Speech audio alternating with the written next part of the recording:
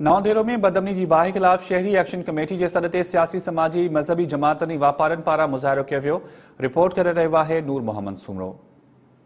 नवंदेरो में वधंदड़ बदअमनी खिलाफ एक्शन कमेटी नवंदेरो जे ॾिनल सॾ ते शहर के सियासी समाजी मज़हबी जमायतुनि पारां हिते एहतजाजी मुज़ाहिरो कयो वियो आहे।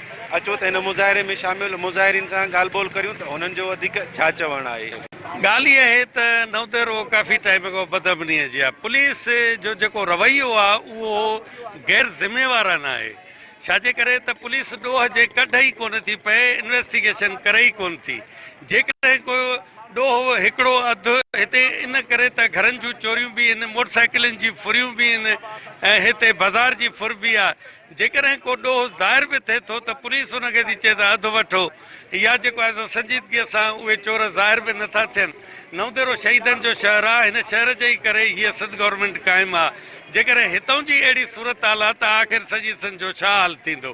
तंहिंजे करे शहरी एक्शन कमेटी इन सिलसिले में हीअ अॼु पुरमन एहतजाज थी करे पोइ उन एहतजाजी मरहलनि में जेकॾहिं संजीदगीअ सां नवंदेरो पुलिस लाड़काणो पुलिस नवंदेरे में अमुन अमान बहाल कराइण ऐं प्लस ॾोहनि जी वापसी न कराई आहे, संजीदा न थी आहे, पंहिंजूं ज़िम्मेवारियूं न महसूसु कयूं त असां मुख़्तलिफ़ मरहलनि में मुख़्तलिफ़ जदोजहद कंदासीं। हे एहतजाज यको महीने खां मुख़्तलिफ़ टाइमनि ते हली रहियो आहे। शहर में पुलिस जे ऐं सियासी माण्हुनि जे मिली भगत सां कार्रवाइयूं थी रहियूं आहिनि। मनपसंद पुलिस रखी वई आहे थाणे ते।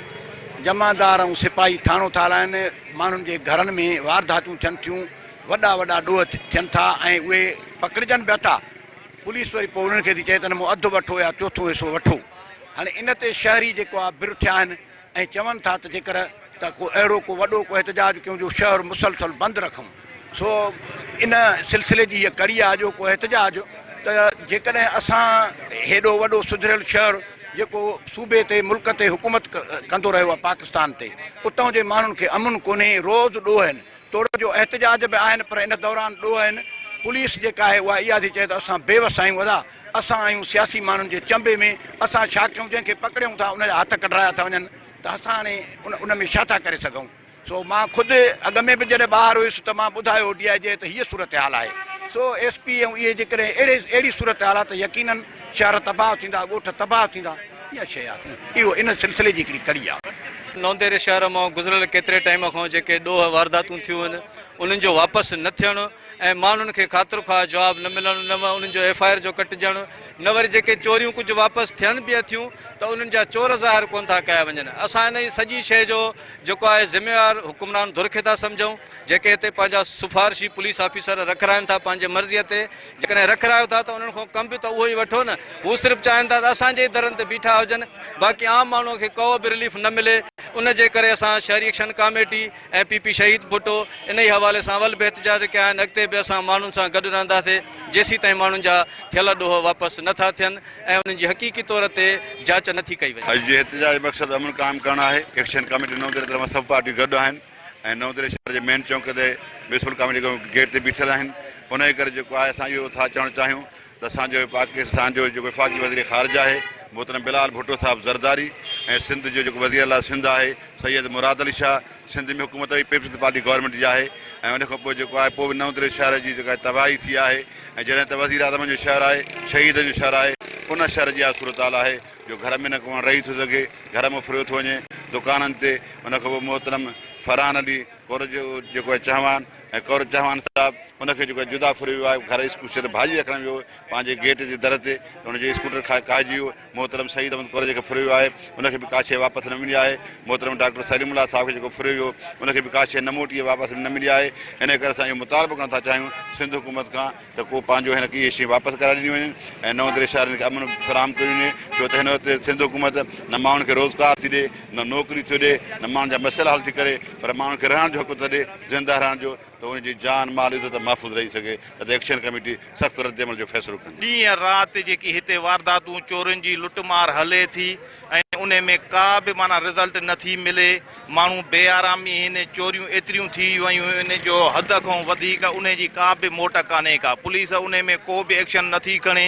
ऐं जे हाणे राति जेको थियो आहे सिकंदराबाद में मुमताज़ अली कोरीअ जे घर जी माना अलाह तलह मिसाल जी ॻाल्हि खणी आया आहिनि, घर ॿुहारे विया अथसि। असांजो इहो हिन इंतिज़ामिया खां मुतालबो आहे त थियल ॾोह वापसि कराया वञनि ऐं नवदरे में अमन अमाल बहाल करायो वञे। ही गॾियल सलाह मशवरे सां असां एहतजाज रखियो आहे। जेकॾहिं इंतिज़ामिया असांजे हिन एहतजाज जी रिज़ल्ट न ॾिनी या हिन खे मोट न ॾिनी त वरी असां मशावरत सां अॻिते जो एहतजाजी सिलसिले जो हिकिड़ो तयन कंदासीं। नवंदरे में काफ़ी टाइम खां बदअमनी ऐं इहे जेका फुरियूं धाड़ा ऐं मोटरसाइकिल जी ख़ासि तौर जेका हले थी, पुलिस इन में को बि कोन तहरुक वरितो आहे। जेको कुझु थिए थो फॉर्मेलिटी, कुझु जेके सियासी दौरनि जा माण्हू आहिनि उन्हनि जी वापसी बि थियनि थियूं, उन्हनि जा मसइला बि हल था थियनि। जेको आम ग़रीब उहो ॾिहाड़ी परेशान आहे, राति जो जागी थो, पंहिंजो महांगाई बुख पहिरियां ई घणी आहे, अमन अमान जो रहंदो वेतर मसइलो त माण्हू ॾींहं जो पंहिंजे बचनि जी कंदो या राति जो जागी गुज़ारींदो।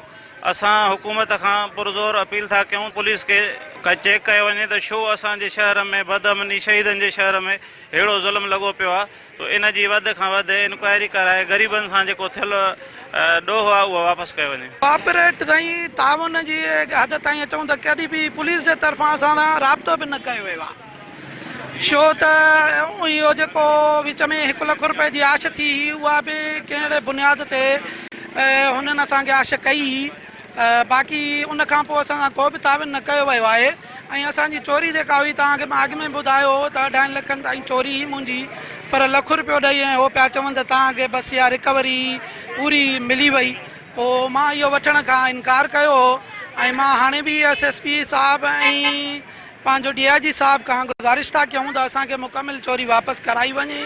ऐं बक़ौल SHO साहब जे त चोर असां पकता आहिनि, चोर जेकॾहिं पकता विया आहिनि त पोइ रिकवरी बि थियणु खपे। एहतजाज में मौजूदु मुज़ाहिरीन जूं ॻाल्हियूं ॿुधियूं, उन्हनि जो चवणु आहे त पुलिस जेका हिन वक़्तु ॾोहारियुनि सां बुट बणियल आहे, जंहिं करे शहर अंदरि ॾोही वारदातूं रोज़ु वधंदियूं पयूं वञनि, शहरी घरनि अंदरि बि महफ़ूज़ न आहिनि। उन्हनि पुलिस जे आला अख़्तियारनि खां मुतालबो कयो त नाल लिकंदड़ DSP ऐं SHO खे फिलफोर हटाए उन्हनि ख़िलाफ़ कार्रवाई करे जिन जे घरनि मां चोरी थी आहे उन्हनि मुतासिरनि खे चोरी थियल सामान वापसि करे ॾिनो वञे। नूर मोहम्मद सुमरो, टाइम न्यूज़, नवंदेरो।